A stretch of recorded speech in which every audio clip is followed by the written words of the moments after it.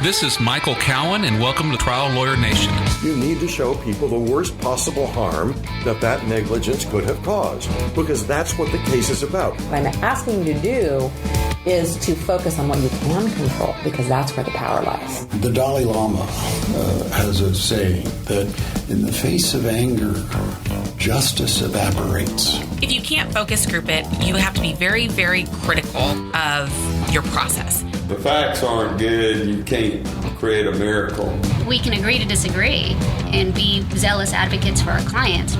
Quit worrying about looking perfect. You're not going to. That'll come in time.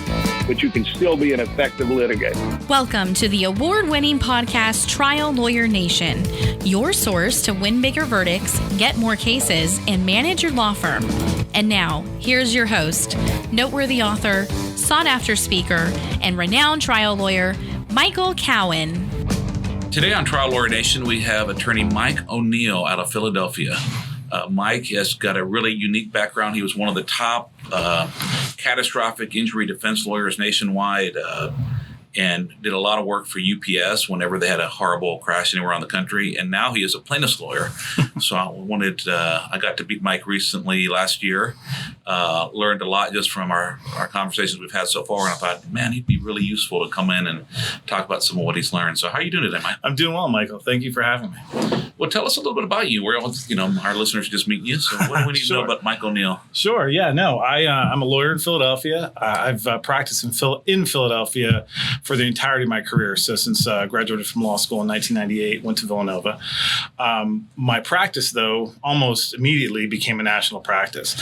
So from certainly at least the early 2000s, about 2002 or so, my practice, my office was in Philadelphia, my practice was across the country and really focused on defending motor vehicle companies, motor carriers in catastrophic injury cases. How'd you end up getting to do that?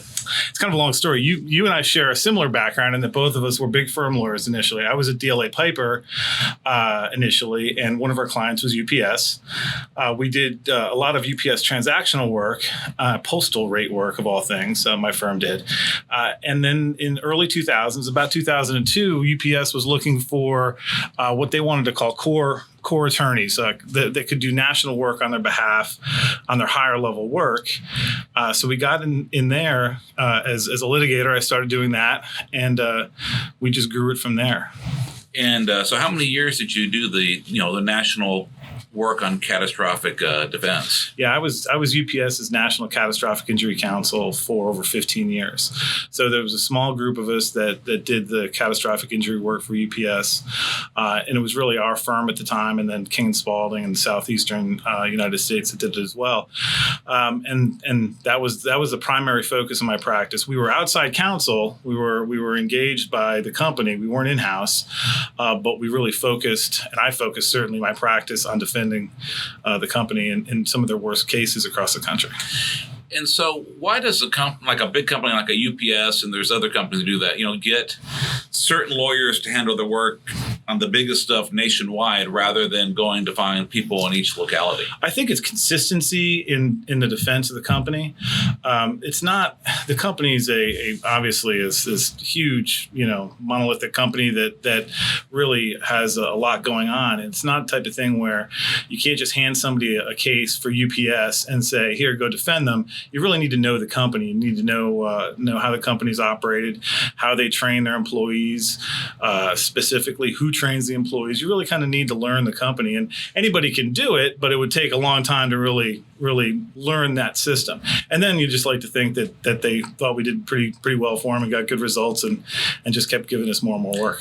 So let's say there was a catastrophic crash out in the middle of nowhere. They're never anywhere where you want to be. It doesn't seem. At 3 a.m. on a Saturday. Does a company like UPS, or any big motor carrier, do they wait until there's a lawsuit filed to start doing stuff? No. I would have, my phone would ring, if not that night, even in the middle of the night, depending on if it's bad enough accident. I would certainly learn by the next morning. When I was a younger attorney doing this, I mean, I'm sitting here talking to you, remembering in my mind's eye getting a call on a Saturday afternoon when I was playing with my young children in the yard, and I had to go to Ardmore, Oklahoma immediately. And that's not irregular. That's how they do it. And we have boots in the ground, we like to call it. We would have boots in the ground almost immediately. We'd have a local lawyer immediately there. We'd have a local reconstructionist there if possible. And then we'd get there as soon as possible. And we would bring in, again, depending on the case, bring in a national reconstructionist immediately sometimes. The fact is that marshaling the evidence while it's still fresh is really the most important thing to do in any catastrophic case. I had a case in West Virginia one time. It was an ice storm. It was terrible weather. And it was in Harper's Ferry, West Virginia, really pretty area. But we got there, and long story short, when the police initially, they were still using older devices to map the scenes. When the police initially did it, they misidentified the area of impact. And they actually put us in oncoming lane of traffic where obviously that would be bad for the UPS vehicle at the time. But we were out there so early. We found gouge marks that were fresh. We were able to bring the police back to the scene that day, had them identified, and they said, you know what, you guys are right. And they redid all their work. That's something that wouldn't have happened if we weren't there immediately. You'd fast forward 5 months and you'd have a police report saying that we were the bullet vehicle in the other vehicle's lane of travel, and we'd be liable for the accident. Also, and y'all would get people to talk to the police officers before the reports were written. I was standing there as the police were writing the reports, literally. Whereas the plaintiff lawyer might not even know that. They wouldn't know that. They wouldn't know that. As a matter of fact, I don't know if we could share this here or not, but literally that case, the police officer, I stood over him and I said, listen, I'm just letting you know, if you write a second report on this, and they were using the what was that old system before they started doing the laser. In any event, I said, if you write a separate report and you have both reports, you're going to get beat up. You're right now. And he's like, yeah, you know what? I'm just going to write over the first report. Plaintiff's counsel would have never had any idea that conversation took place. I mean, think of the digging as a plaintiff's lawyer. Think of the digging you would need to do just to learn that conversation took place. You'd never learn it. Yeah. And that report never existed. I guess that's a reason to not always accept the police report as gospel. No, that's in that case we were right. But how many other instances are there out there where it's not as clear cut as that, and you do have somebody talking to the law enforcement immediately and first responders immediately, and really you're shaping the narrative out of the gate. And that's what we did. Part of it was sure being a lawyer, but also part of it was kind of being a psychologist with first responders and attempting to shape the narrative such that they were putting the accident in the best light possible for my clients from jump. Right. How does if a plaintiff lawyer is lucky enough to get hired soon after a crash, how does the plaintiff lawyer combat that? Listen, they've got to get out there. They've got to talk to the same people. You've got to talk to the police. You'd be amazed the number. Police will talk to you. People think that they won't, but they will. They'll talk to you, and the earlier the better, frankly, because as time goes, they kind of lock down, and then they won't talk to you, and they'll have to go through subpoenas, or other whatever jurisdiction you're in. However, you're going to talk to them. Talk to everybody you can. Go pull witnesses. Go to houses. We would go door to door, houses around accident scenes. If it was a package car, for instance, in a residential neighborhood, you go to door to see if anybody saw anything. You'd be amazed at what you could find. And these are things that we just would typically do as a matter of course, which we would not see done on the other side. So we're identifying witnesses, we're identifying markers in the roadway. Have an engineering firm come with you. And don't just send an engineering firm to scenes, accident scenes. I see that done a lot for some reason. I don't know if people think they're saving money, and they may be, but they're certainly not getting a grasp of the complete picture of the accident when they do that. Go out there with them, walk the scene with your experts, have your experts show you things. In that case I was telling you about West Virginia, I was actually the one walking in the middle of the road that saw the gouge mark and just happened to ask my engineer, hey, what's this? This looks fresh. And it changed the entire complexion of that case.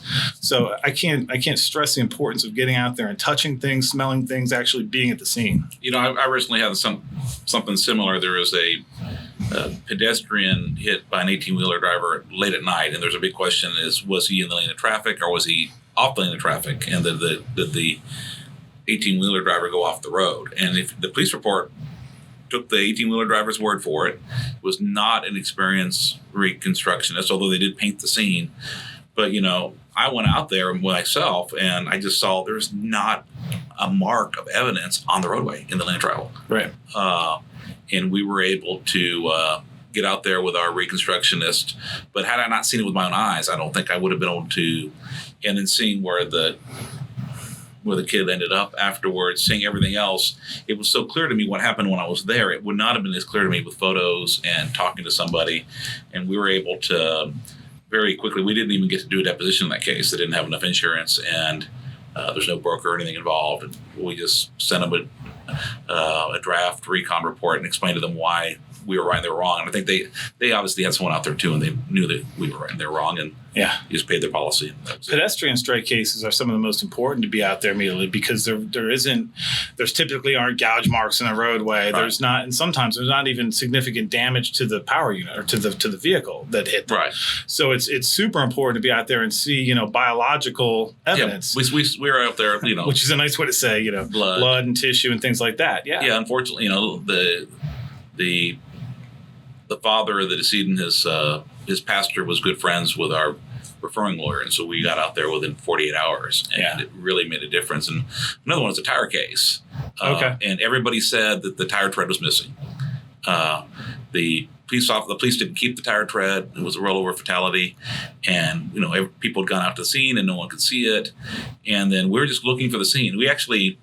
There wasn't a police report yet. We were at the wrong scene at first. There was some tire marks going off the road around the area where the tow truck driver was, and we ran into a Border Patrol person that was on the Mexican-American border, and we asked him, he goes, no, that was further down the road. I didn't work it, but I remember it, but I can give you the number of someone who did work it. And so he gives us the cell phone number of another Border Patrol guy, and he met us at the scene. Just because we called him and asked him to.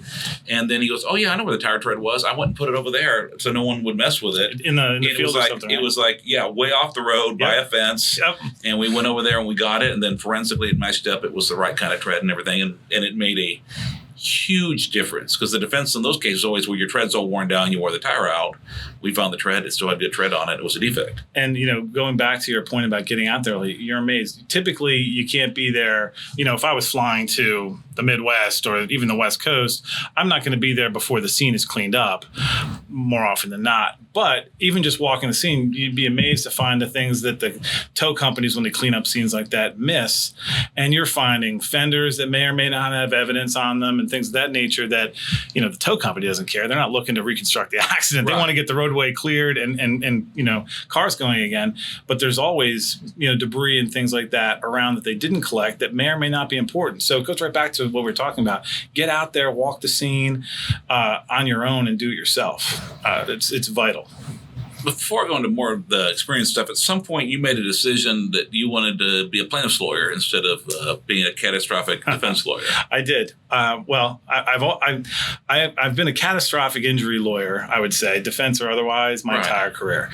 Lucky you. Yeah, I know. You know what? It's fun work. It's interesting work. And I like to say, I couldn't, if you gave me the $100,000 car A, car B case, I couldn't efficiently litigate that because I just don't know how.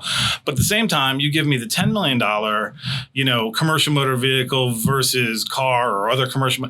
I'm completely comfortable with litigating those cases, and they're just different animals.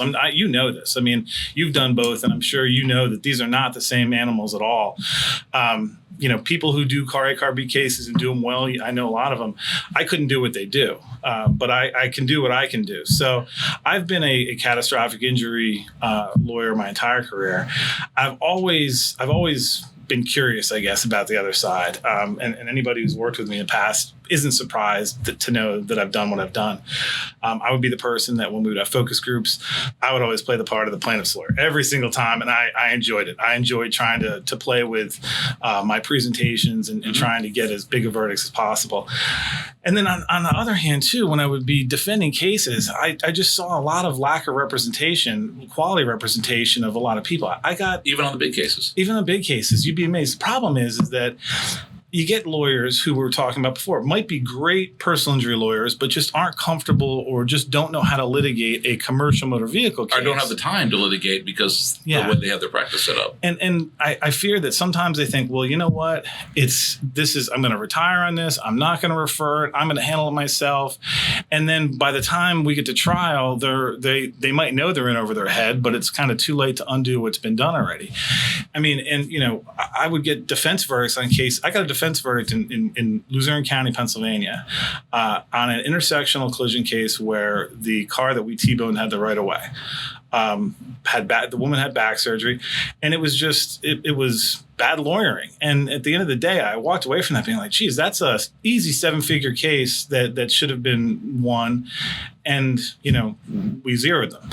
And I felt bad for the plaintiff, quite frankly. And that's one example of several where you're like, geez, some of the lawyers on their side need to be better. Then on the other side of it, I've been up against some outstanding lawyers across the country, Joe Freed being one of them, where you see how they work and it's like, okay, this is the type of lawyer that I consider myself, and I think this is the type of lawyer that people need and really, really deserve if they're going to prosecute these cases.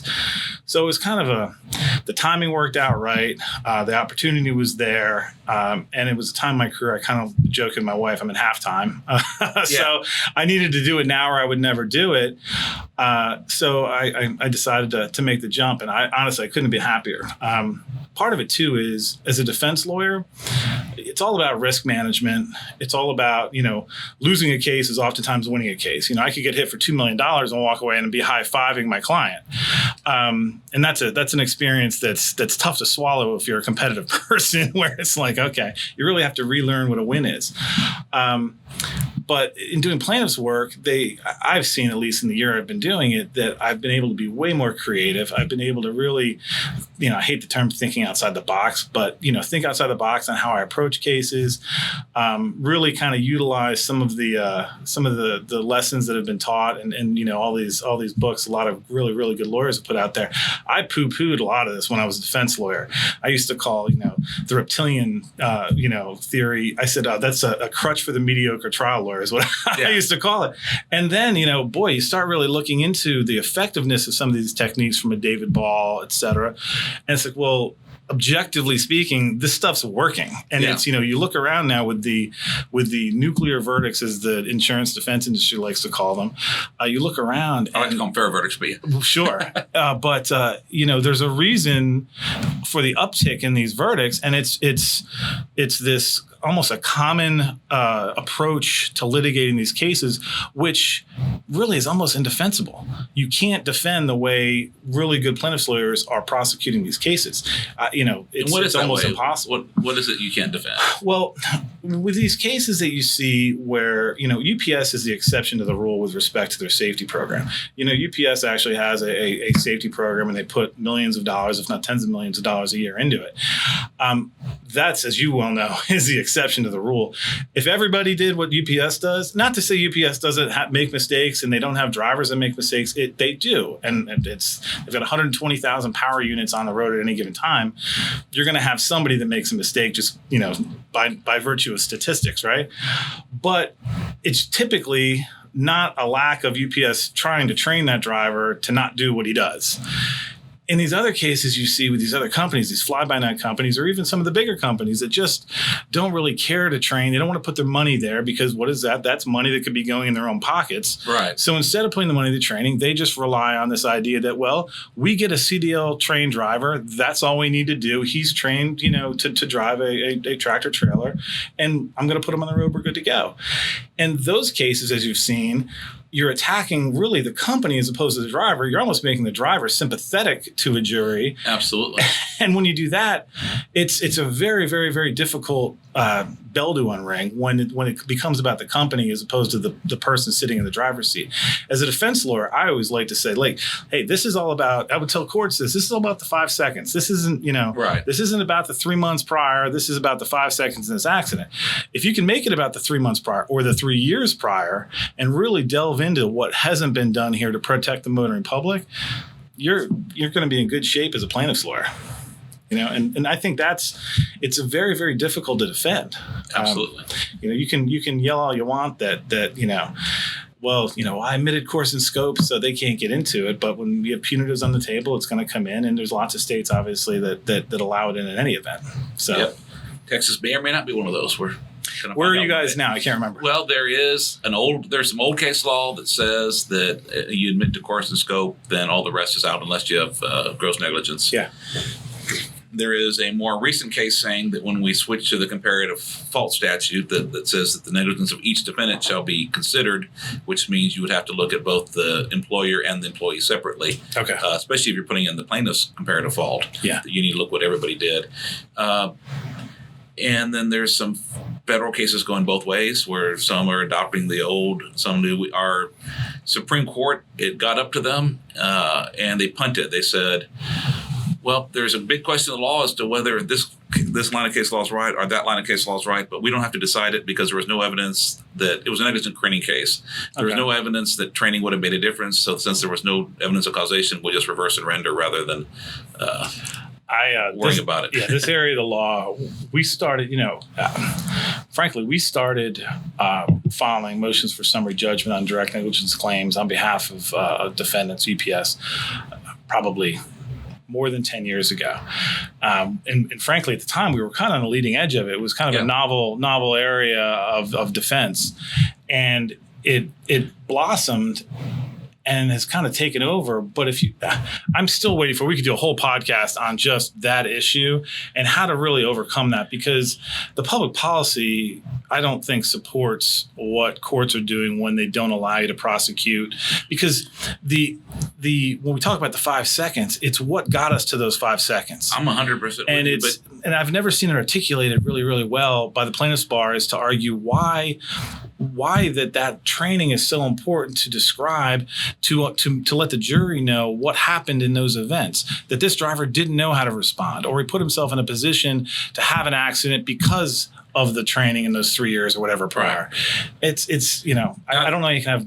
And I think it's especially important in cases where they're trying to submit the responsibility of someone else. I mean, it's amazing. In one of my cases, they just moved for protective order on a number of depositions we have saying, well, this is just a simple run stop sign case. We don't need to go into all the training and everything else. But they also want to designate the employer of the driver of our vehicle as a responsible third party for not having a training program in the same hearing. It was just amazing. Boy, that's talking about both sides of your mouth. Yeah, and they said, well, it's apples and oranges. It's apples and oranges, and we're going to go finish the hearing later this month. So I'm looking forward to that. That's interesting. And, of course, ignoring our pleadings, and we've pled for punitive damages. But you have to plead for it. I mean, there's a great public policy arguments to be made. A lot of judges don't care. But they do care about what their case law is. And so many people come to me after the summary judgment has been filed, the pleadings deadline is passed, the depots have been done, and then they say, well, how do I overcome this? It's like, well, here's some ideas, but what you really need to do is when you are drafting your complaint, or we call them petitions in Texas, you need to be thinking about how you're going to overcome this. When you're planning out your discovery, you need to be thinking about how you're going to overcome this. You have to do the research in advance. It's not something you can wait till the defense has it all set up and then. So a friend of mine was on a defense-oriented trucking podcast, which I won't name. But in any event, which I like to get, obviously, as much information as I can. You can name if you want. Oh, yeah, it was at Freight Waves, one of those Freight Waves. Okay, yeah, I think the more we learn, the better. I read defense stuff all the time. Oh, yeah. No, you should. And we can talk about the differences between the defense bar in this area and the plaintiff's bar, because they are stark. But one of the most interesting things that was said in the podcast, which I think speaks very, very well to people like you and Michael Leeserman and Joe Freed and Ed Ciaramboli and others, is there's a concerted effort now by the insurance industry and other motor carriers to get cases either resolved as early as possible, or just to prevent the introduction of what they're referring to as the second lawyer. They're starting to see lawyers getting involved in these cases, with these cases being referred to them or co-counseling, that are concentrating their practices on trucking litigation, and they're doing everything they can to resolve these cases before that lawyer gets involved. And you know who we're talking about. I mean, and there's frankly, a nice handful of them, but they're not everywhere. Yeah. And they've made enough of a mark that it's affected how insurance companies are settling pre-suit a lot of cases and just trying to get out from under cases before they get that quote unquote second lawyer involved. I just thought that was really interesting that, people are hesitant to refer cases out.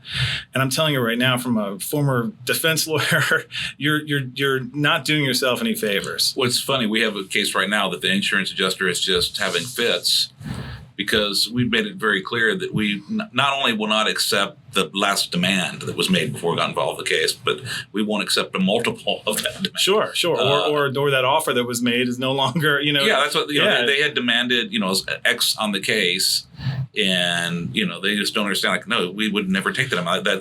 Right. And they, well, that's what they demand. Like, you lose, you lose, buddy. I mean, you try to take advantage of someone that didn't know what they're doing, try to sell it to you. The fact that you got them into a bad negotiation posture, that's no longer on the table. Now there's a new sheriff in town, and you're going to have to pay fair value, or we're going to try the case. I can't tell you the number of cases I tried where the FMCSRs were affirmatively addressed in pleadings and at trial through expert testimony or otherwise.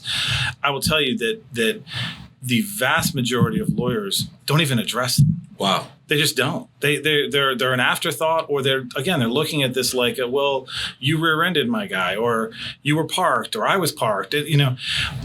How many people have told you that, I've got this really awful case. My client ran in the back of a truck parked on the side of the road. It's a terrible case. I'm going to reject it.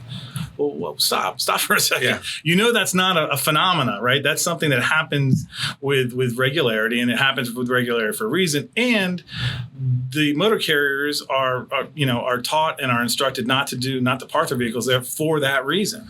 Yeah, we've made a lot of money on some of those cases. Now, we've also rejected some of those. There are certain, your client's drunk. Oh, of course. They have the triangles. I don't care if they have triangles on your client's drunk, but that's no, right. Or you're in North Carolina where you have a pure contrib as a bar. Or Virginia or North Carolina, or where else? There's a couple others, two others.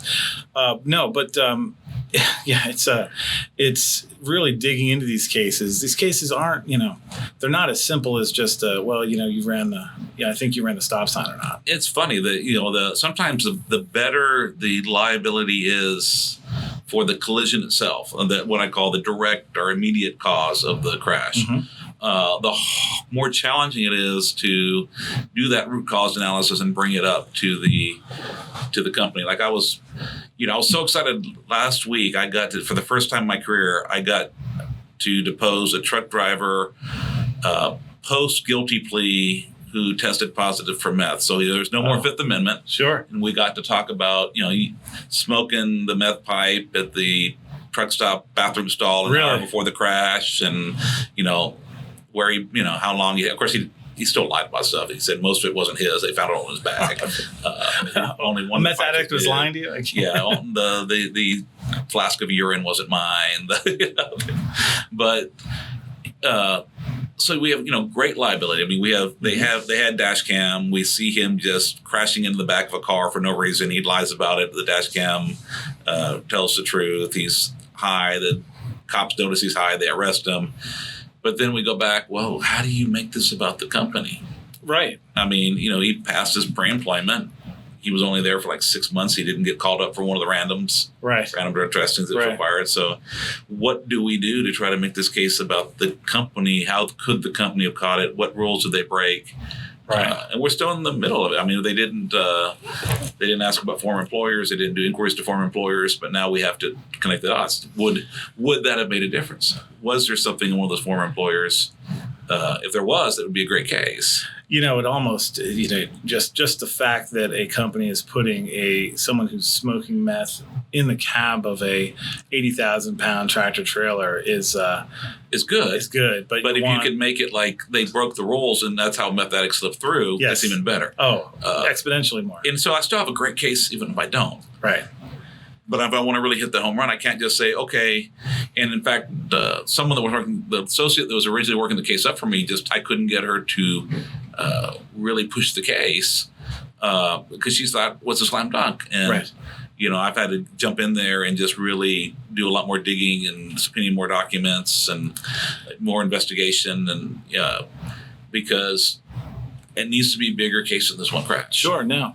I was telling a little bit about that wrongful death case I have in Philadelphia County right now, where it's on its face, it's a hit and run fatality. The guy was prosecuted. He's currently incarcerated for homicide, for vehicular homicide. Yeah. He's spending 2 to 4 years or 3 to 6 years in a penitentiary in Philadelphia.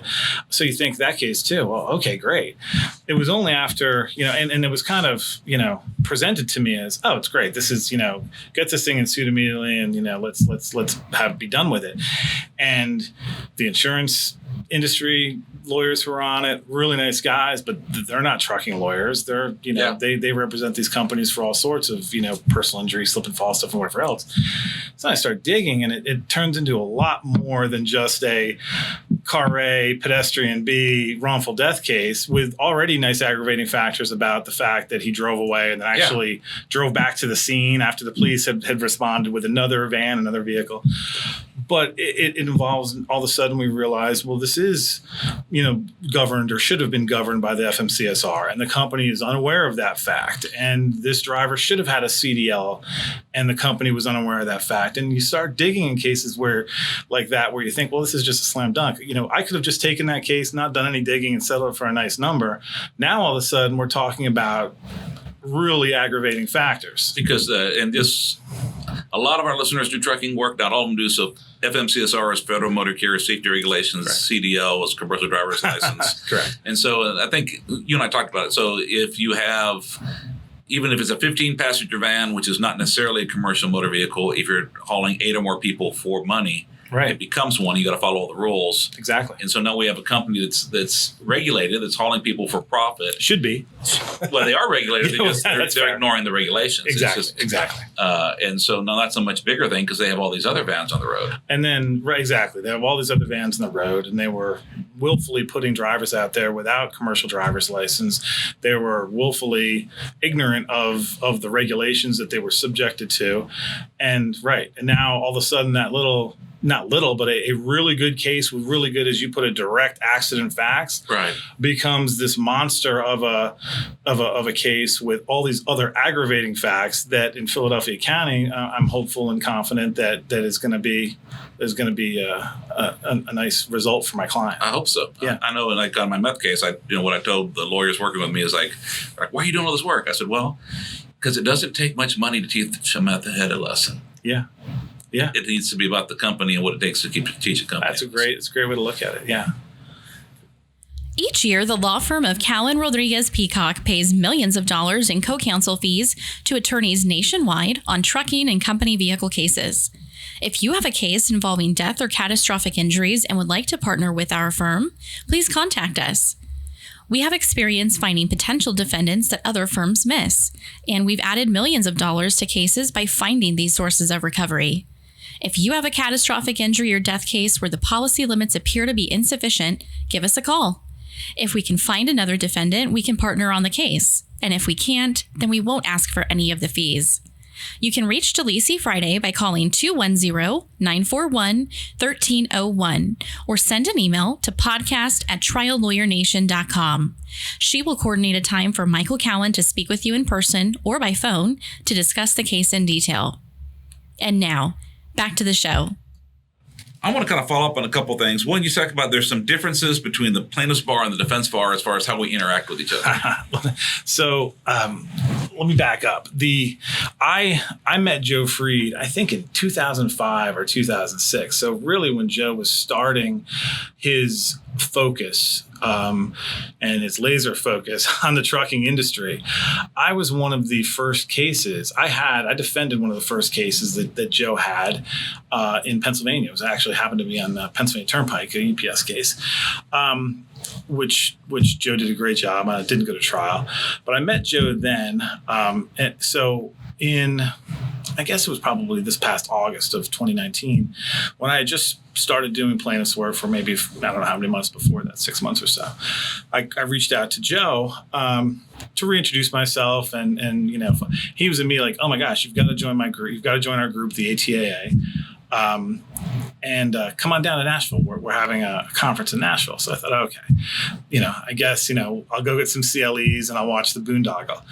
And I went down there, and I've never seen a seminar where people were actually packing the place, not getting up and leaving, not going to play golf, not, middle of the seminar, not going to take, clients to the bar in the middle of the seminar. They were engaged. They were learning. They were sharing. It was a warm, welcoming environment. It really was. I mean that when I say it. And I was kind of struck. I was like, this is crazy. Because you think back, I've been to how many TIDA conferences, or the mega conferences, the trucking mega conferences in New Orleans, or the DRI trucking conferences. And I've sat on panels in those, and I've spoken those, and we've held our sub meetings. Right. It's the defense bar wants to give the air of sharing information and being helpful to one another, but in reality, they're all competing for the same clients. Right. And there's a finite number of clients out there. So they all want all the clients, they want all that work, and I can't blame them. So when you get a client, you spend these seminars babysitting and hoping that other people aren't wooing them or taking them to dinner. You're not concerned about what's going on. You're just concerned about either getting clients or, talking to your client and making sure your client's taken care of. And don't get me wrong, they're really nice guys, really nice people at these conferences, defense conferences, but it's just not that sharing way. The abundance mentality we've developed in the truck, and it wasn't always there, but it's been, and Joe is a lot of the reason we have it. And when he became chair of the trucking litigation group, I noticed a change in the environment. Not that it was horrible before, but I noticed that he really pushed and created a better atmosphere of sharing. I think part of it's because he came from the product liability world where we had that ethos before he came into trucking. Right. And then the ATA is definitely, but I'll give you an example. Joe is at the top of the game. Sure. I think he's one of the top 2 or 3, if not the top trucking lawyer in the country. If he was like a defense lawyer, he'd be wanting to guard that. And you come over, you've got someone that's very experienced in catastrophic injury. And one thing you can say, wow, this Mike O'Neill guy could be a threat to my practice. Let's bury him. Right. No, he not only does he invite you, he calls me and says, this is a guy you need to have on your podcast. Oh, is that right? I didn't even know that. Yeah. And then he texts me your name and number later when I'd forgotten it. And he says that he has a lot to add. He one, he's a good guy. We need to get him involved and make sure he can stay on our side and gets good work.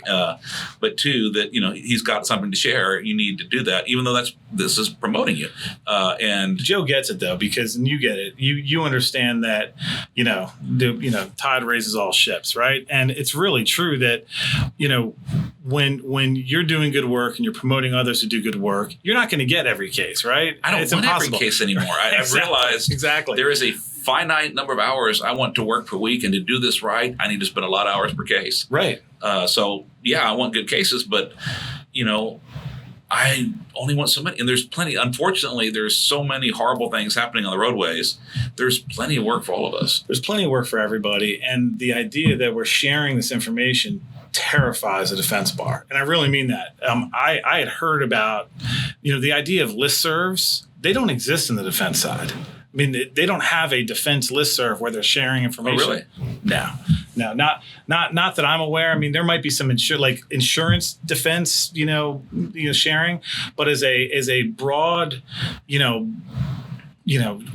daily use. The listserv is something that is used daily by us. Yeah. I see things on there every day where I learn something new every single day. I really do. Yeah. Or I see areas where, hey, I'm going to reach out to this person because I've had this same issue 15 times before and it's a new issue to him. And maybe I'll help him and that'll be the end of it. Or maybe I'll call him and I'll help him and he'll call me back a couple days later and say, you know what? Maybe we could do something together here because you've got more experience than I do with this. Yeah. And the great thing with the plaintiff's bar, though, is that there's not that, I will help you if you bring me on the case. It's I will help you, and then if it makes economic sense, I'll let people bring you in anyway. Sure. But you don't condition it. 100%. No, that's I think the most stark difference in just the way that information is so freely shared on the side of the aisle versus it's kind of hoarded over there because everybody wants to be able to sell themselves to their client. So it's So once you crossed over, you're doing a different kind of work. To do it right, what size of a docket you think one lawyer can carry? It all depends, honestly, on the type of cases you're doing. Okay, like if you're doing the big stuff. If you're doing the big stuff, if you want to do the big stuff and you want to do it well, and you want to push cases, listen, the defense industry, the corporate clients and the insurance industry responds to effort from the other side. They have taken advantage of lazy lawyers forever. Or overworked lawyers. Too. That's actually probably better put in many respects. Is not so much lazy is overworked, where they have a big case, but they just don't push it. They push it in the same manner they're pushing their, like I said before, their $100,000 car A, car B case. They're pushing that $5 million potentially commercial motor vehicle case in the same way. If you push cases and you make them know that you know what you're talking about, and your written discovery is pointed and direct and substantive, and your depositions are on point, and you're taking the order of the depositions properly, you're deposing the safety director, and then oftentimes I say, well, when do you want to depose my driver? And now as a plaintiff's lawyer, I'm like, I'll get to him. He's the last one I need to talk to. I'm going to get everything else before I talk to him. And I'm going to put him in a position where he's going to say what I want him to say because I already have the case locked in. A lot of guys are like, let me just take the deposition of the driver first. Probably more people than not would do that. If you go about... I think there are cases where you should. We'll talk about that later. There are sometimes. Yeah, no, I don't disagree with that. I'm just talking in generalities. Yeah. But... this is a long way to answer your question, being that if I had my druthers, I would have 10 big cases at any one time, and I would push them and just strangle the life out of the defendants in those cases and then move on to another one. I know that's not necessarily... I think that's about right, because my partner, Sonia, I think has like 13 or 14, and I'm trying to get her to accept an associate because she is, just working her butt off on that. And it's the smallest docket she's ever had. Right. And then Mallory has an associate and has just around 20. And again, they're doing very well, but they are working a lot of hours, even with 10 cases per lawyer on that docket, with me helping out too. Right. So it's really like 2.5 people on that docket, and it's still like there's things we could do if we had more time. If they're substantive, valuable, mid 7-figure and up cases, 10 of them is plenty. Yeah, and it's plenty of money. And not only that, when you have that, and I don't want to say few because as you just said, it's still a lot. Yeah. But when you have that number, you can do things with those cases that you just can't do when you've got 50 or 100 cases on your docket. Where you can focus group them accurately, and you can do it early and often if necessary, if the case asks for it. You can depose people who you may not have deposed, because I don't have time to take that guy's deposition in another case, where you do now. And boy, you'd be amazed, as I'm sure you'd be amazed. Some of those depositions, when you think, what do I take it or not? I just deposed the inspector for the Port Authority of New York, New Jersey, and literally going into it, I was like, I was jammed up the day before. I didn't prepare as much as I wanted to, and I was half-hearted going into it, but it was scheduled. He's pretty high up, obviously, and I'm like, all right. Ended up being one of the best depositions of the cases. I got so much information out of him that I absolutely was unaware of. That's a deposition that a lot of people might have just said, just cancel it. I don't need him. I've got everything I need already. Well, I did have everything I need. Now I've got more. I think that number is an ideal number. Is it realistic? For some people, it is, and that's you've put yourself in a position where it is. And I think Joe Freed actually operates with a similar mindset. I'd love to get there because I actually like pushing cases like that. I think the only ways to get there is, one, you could be like Michael Userman and just have the discipline to only take those cases and to say no, or two, to develop a firm around you where you have other people to take the other side's cases and go on, and then you just have to have either join someone else's firm and be the specialist, or develop a firm that has enough systems and guidance and coaching where the other cases will still get worked up right without you having to personally. Yeah. Which is what I'm attempting to do with my firm. That's what I'm attempting to do as well. Okay. Yeah. So you go out, you decide you want to become a plaintiff's lawyer. How do you get work? You've got experience, but you've not done plaintiff's cases before. How do you get people to bring you in on these cases, or how do you get clients? Well, yeah, I was in a fortunate position where I got some work from another lawyer just who had needed help immediately, and that was great. It was a great opportunity to get my feet wet, on the plaintiff's bar, remember where to sit in the courtroom and things like that. But now it's been a matter of things like this and the ATA meetings, and it is just part of putting my experience out there and getting some traction where you get a little bit of trust when you get people like Joe Freed mentioning your name and introducing you to people, saying, hey, this guy, he knows what he's talking about in these areas. And, I've probably litigated more delivery truck cases than anybody that I'm aware of, just by nature of the work that I did for so long. And that area has kind of been developing for me a little bit, where people are bringing me in on cases that involve delivery trucks, delivery vehicles. It's just a matter of kind of getting some traction, which I'm starting to see now. So it's just been networking, basically. Yeah. Are you doing mostly attorney referral then, not trying to go direct to the public? Well, I'll tell you, I have not tried to go direct to the public, absent talking to some Teamster business managers, things like that. The problem with direct to the public is that for what every call you could, even if you had a great marketing plan, for every call you would get, which would be a case you want to work on, you're going to get 100, 200, 300 calls for other kinds of cases. Right. And it's hard to make a marketing budget that will, especially somewhere like Philadelphia, which is crazy as far as competitive for lawyers. Sure. That could bring in those cases and afford to only take the ones you want. I mean, if you have to bring in 2,000 cases to get 20, it doesn't work unless you can take some of those other cases or get someone else to work those other cases. So that's why we've gone to almost pure attorney referral. Well, and it's the type of work, especially with the attorneys who I don't want to say marketing to, but that I'm introducing myself to, that I'm becoming, frankly, friends with a lot of them. They're handling and they're getting cases of the type that I know how to handle and I know how to litigate. So it's worked out in that way that it's not as though I'm getting a bunch of people asking me to get involved in mid-mal cases or stuff like that. And the other thing is if you feel comfortable talking about this, if not, just say no, we'll edit it out. Sure. Going from being paid to work on cases to having to not only wait, but then fund cases. Sure. How do you make that adjustment?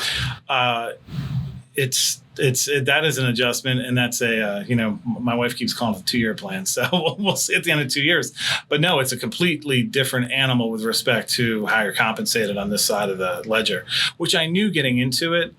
A lot of this was a leap of faith and having confidence in my skills, and maybe a lot of it is naivete that I thought I could just jump in and do it. But either way, I knew getting into it that I was going to have to bite the bullet for at least a couple of years, compensation wise. And, I can't complain. I had a really nice situation where I was, and it would have remained a nice situation, but it was never going to be, you were never going to get those, awards that you get on an 8-figure or big verdict. And the money, don't get me wrong, the money is part of it. You start giving big checks to mediocre lawyers, you start to wonder, why am I not on the other end of this conversation? But a lot of it too has to do with looking at it and just saying, listen, I think I could make that a bigger case. I think I could I've just been curious, and I've really wanted to just take big cases and make them bigger. And I hate to break it to you, but to get the real big, it's more than a 2-year plan. No. Because what happens is that, I think right now you're teaming up with other people. Right. So you're maybe not funding 100% of all the expenses and everything. Yep. At some point you have to say, well, I want to be able to fund more of this and get a bigger piece of it. Or Sure. For me, it was what I could afford to fund. And so then you have to defer gratification. No, that's absolutely true. And put that money towards funding new cases or putting it in a very liquid investment so you can use it as collateral for a line of credit, so that you can fund the cases or something. But you just, to really make it big on the plaintiff side and to have it sustainable, it takes years of, I got my big hit, but I'm not going to spend it all. Exactly. No, you couldn't be more correct. And I'm in the process of, and I think Ed Ciaramboli. Yeah. And Ed's very active in the trucking industry. So Ed and I, through Joe, as matchmaker, as Joe would like to call himself, Joe Freed likes to call himself, put Ed and I together. And it turns out, Ed and I are both from northeastern Pennsylvania, and we really hit it off. And we really have a shared vision of how we would like to organize a practice and really focus on the same things you're focusing on. and do it a little bit different than other people are doing it, certainly in Pennsylvania.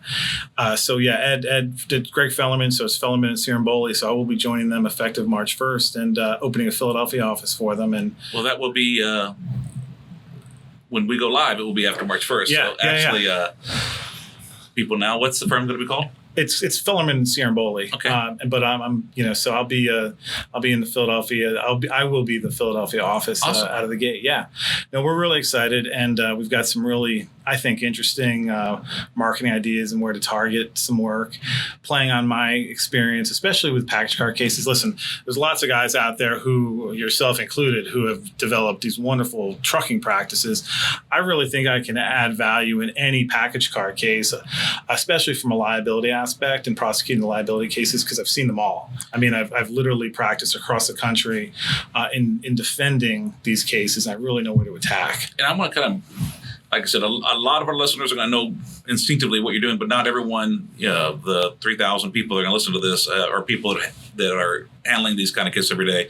So my understanding, the package car cases, so if you're 26,001 pounds or more, then you're a commercial motor vehicle under the federal rules. Correct. Sometimes, but not always, 10,001 pounds or more, it can be considered a commercial motor vehicle. But there are a lot of vehicles owned by companies that are on the road a lot that are not, quote unquote, commercial motor vehicles. The regulations do not apply to them. Correct. So what are some of the challenges then? And you get a case with an unregulated vehicle, like a package delivery van. Sure. For me, it's an oil field company's pickup truck. Yep.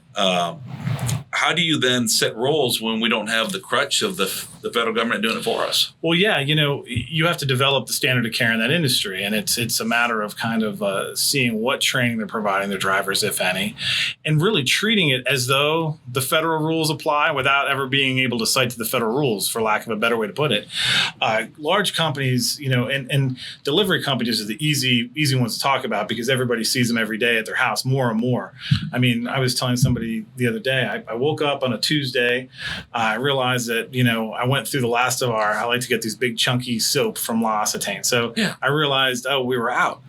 I went to work and it was like 11 and I remembered. I went on Amazon, I ordered them. I got home at 7:00 that night and my 5 bars of soap were at my house. It was 6 hours later. And those are going to be some complex cases, because not only do you not have the federal rules to fall back on, but Amazon claims that all those drivers are independent contractors. They're all independent contractor cases, yep, with Amazon. And it's not only Amazon. DHL has similar, where they subcontract. You'll see a DHL driver show up at your house, or with a DHL uniform on, in a DHL van. He'll tell you, or DHL would tell you, well, he doesn't work for DHL. FedEx does the same thing. Oh, and they always have, yeah. But if you really look at the law, and this is going to be an issue before you start your case, so you look up, okay, in my jurisdiction, what do I have to prove employee rather than independent contractor? Because you can't just contract your way out of liability to third parties. Right. And then what's my plan for proving? You'll usually prove that they're an agent or employee. If not, they're still negligent selection. They're still their vehicles, and they choose who drives them. And then they do some kind of training. Then they've undertaken the duty to do it right. And there's a million ways to do that and still make it about the company, but you have to think about it before you start your lawsuit. You can't wait till you get that summary judgment saying they're an independent contractor. You can only sue them. You've summarized it better than I could. I just like to say there's a million ways to skin this cat. Yeah. But you have to know how to skin the cat. You have to know the different ways, and you need to be able to go after. If it's going to be just agency issues, you're going to have to go through the agency's issues. If it's going to be negligent selection, you have to know that area of the law, and you have to be able to prosecute those issues and plead them properly. And it's folks who oh my gosh, an Amazon truck just hit my client, killed a client. This is a huge case. I'm going to retire on this case. Well, it's not that easy. You really need to know what you're doing. You need to dive into that. You need to really know that area of the law. And that's just to get the proper parties on the hook. Yeah. Then you've got to know how to actually prosecute your liability case there, which those cases are different than a Car A, Car B case. And those cases are different from a tractor trailer case. Absolutely. They're kind of their own cases. They're in different environments. They're typically in a more urban or suburban environment. They're typically at lower speed, so you have different injuries. You've got a lot of TBI cases we're seeing more and more of in package delivery cases, or these van cases like we're talking about. But they're just a different animal that you kind of need to know how to attack. Listen, if you really want to be successful in any area of the law you're going to practice, I'm not saying that every personal injury lawyer needs to specialize like Joe Freed does or you do. But it doesn't hurt to try to perfect your practice and perfect what you're doing. And if you're doing even amounts of med mount, product liability, slip and fall, you name it, and trucking worker and package delivery cases, you're never going to do any one of those as well as you could if you focus more on one than the others. So if you've got a big case, you think you've got a big case, and I know you said this before, find someone who's a specialist in that area and at least reach out to them and pull their ear on it and try to learn as much about that area as you can. Yeah, we find often people end up making more money after they work with us than they would have had they done on their own, because and frankly, some people, they work with us on a few, and then they can do most of them on their own, and then either don't come back or they come back on the biggest of the big ones, and then and we don't mind. We share what we do. Where Absolutely. Again, there's more work out there than I care to do. Absolutely, yeah. No, I love getting engaged, and I've seen, because of the nature of the ATAA and the AAJ trucking group, where it's a national group and they all share information. I've seen people across the country, and I've had the real benefit of I've litigated in over 30 states. I've tried cases in 13 different states. I've kind of been, I know the difference between voir dire and voir dire. You'd be amazed at the number of people who look at you when you say voir dire in the Northeast. So, like, you don't know what you're talking about. Yeah, you don't know what you're talking about. I would have to take elocution lessons to try a case, and you're like, voir dire. I'd have trouble saying it. Yeah, but I've been lucky enough to practice across the country. And it's funny because when I started doing plaintiffs work, I'm in Philadelphia County, which is a fantastic county for plaintiffs lawyers, as you all know. And I thought, well, here we go. I'm going to be in my bed every night. And, here I am. And what I've seen is, because of the nature of my background and those people that are asking to kind of, hey, maybe you might be able to get involved and help me out a little bit. None of it's in Philadelphia yet. Well, I shouldn't say that. Some of it is, but the majority of it's been outside, and I love it. It really, I enjoy helping people in different areas and different parts of the country and different courts. In fact, you're in my office in San Antonio here because someone's bringing you in on some Texas cases. Yeah. I want to just go back to the non-CDL cases a little bit. So, I think one advantage you have having represented UPS is that, while they're not perfect, UPS does it pretty well when it comes to safety training and safety policies. So I guess that gives you some background of what the industry standards should be. But when you have the case against one of these other companies that doesn't do it as well, how do you prove the industry standard? What do you look to? With areas of defending and prosecuting now package delivery cases, for instance, I really look to see how they're training their drivers. I mean, at UPS, you'll see anybody who's had a UPS package car case, as they call their delivery vehicles, or a feeder truck case is what they call their tractor trailers. Anybody who's had any plaintiff's lawyer who's had one of each of those sees that, wow, their training and their record keeping for both of those groups are very, very similar.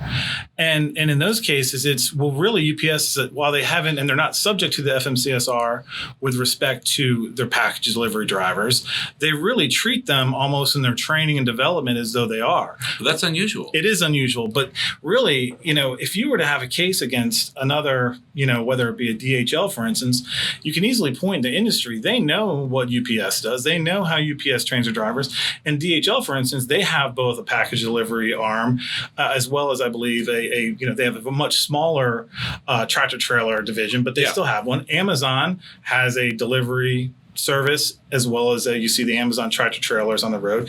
These companies know, so they know the FMCSRs, they know the standards that they're required under those, and they know the applicability to their non-CDL drivers. It's just as easy to train them under the same regulations, even though they're not required to. But you can find companies that do. And I think also, there's an ANSI standard, American National Standard Institute for Fleet Vehicle.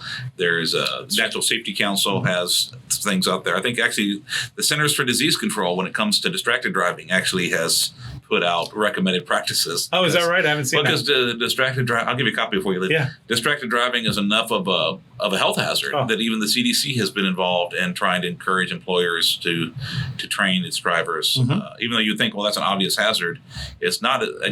People know it's bad to text and drive, but people think, well, I can just go look at a text real quick and it's not unsafe when I do it. Right. And they don't realize that the average time off the road is 5 seconds. They don't realize. I mean, between before your attention's fully, even though your eyes might come back, before your attention's fully back on the driving task. And they don't realize that on a highway, you're going, 88 feet per second at 60 miles an hour. You're going 440 feet, a football field and a half during those 5 seconds when you look at one tags. How many times since you've been doing this and knowing those statistics like I do, and I flew helicopters in the National Guard. Oh, wow. Well, my prior life.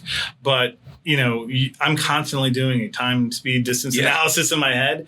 And, the same thing. I've got a 16-year-old who I'm teaching to drive. She's got her driver's permit now. She doesn't have her license yet. And it's the same thing I'm teaching her.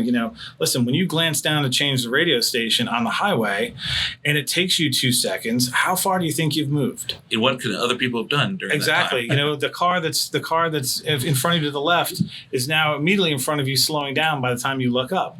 Yep. These are all lessons that I've taken to heart in my driver training. Well, Mike, I could talk to you all day, but we've got limit how long a podcast can be. So at the end, if anyone wants to get a hold of you, whether it's to bring you on a case or just ask you a question, because I know you'll answer questions without remuneration, how do they find you? Sure. Well, I'm going to give my cell phone. I've heard other people do it. You're crazy. And you might think so, but I'm going to, because this is the phone. I travel enough, and this is the phone that I'm always on. Okay. So it's 215-776-5070. I can also be reached when this comes out at the email mjo@fclawpc.com. And again, that'll be at Fellerman and Ciaramboli, which I'm very excited to be starting at and growing their trucking and transportation practice, hopefully to new heights. Great. And we're going to have all that information in the show notes. So if you didn't catch that, if you're driving right now, don't write it down. Or don't look away from the road. It will be there. Thank you so much. No, it's a pleasure, Michael. Thank you so much. Thank you for joining us on Trial Lawyer Nation. I hope you enjoyed our show. If you're listening to this episode on a mobile device, please click on Ratings and Review and leave our show a 5-star rating and write a review. And if you're listening to this episode from our website, please leave a 5-star rating on the episode page. We'd love to reach more listeners, and doing this will help more attorneys find this podcast. You can also visit our website at www.triallawyernation.com to opt into our mailing list so you can stay updated on our new episodes. I promise we won't spam you. And thanks to your feedback, we've improved our podcast website. There's now a resources tab that you can click that shows you all the books we've mentioned on our podcast. If you have a Facebook account, please send us a request to join our private group called Trial Lawyer Nation Insider Circle. This exclusive group will allow you to hear about our guests before an episode airs, interact with the show, and get a sneak peek at some of the behind-the-scenes moments. I love to hear from all of you, and our Table Talk episodes are based solely on questions from our fans. So please continue to send us emails at podcast@triallawyernation.com. Thanks for tuning in, and I look forward to having you with us next time on Trial Lawyer Nation. Each year, the law firm of Cowen, Rodriguez, Peacock pays millions of dollars in co-counsel fees to attorneys nationwide on trucking and company vehicle cases. If you have a case involving death or catastrophic injuries and would like to partner with our firm, please contact us. We have experience finding potential defendants that other firms miss, and we've added millions of dollars to cases by finding these sources of recovery. If you have a catastrophic injury or death case where the policy limits appear to be insufficient, give us a call. If we can find another defendant, we can partner on the case. And if we can't, then we won't ask for any of the fees. You can reach DeLisi Friday by calling 210-941-1301 or send an email to podcast@triallawyernation.com. She will coordinate a time for Michael Cowen to speak with you in person or by phone to discuss the case in detail. This podcast has been hosted by Michael Cowen and is not intended to, nor does it create the attorney-client privilege between our host, guest, or contributors and any listener for any reason. Content from the podcast is not to be interpreted as legal advice. All thoughts and opinions expressed herein are only those from which they came.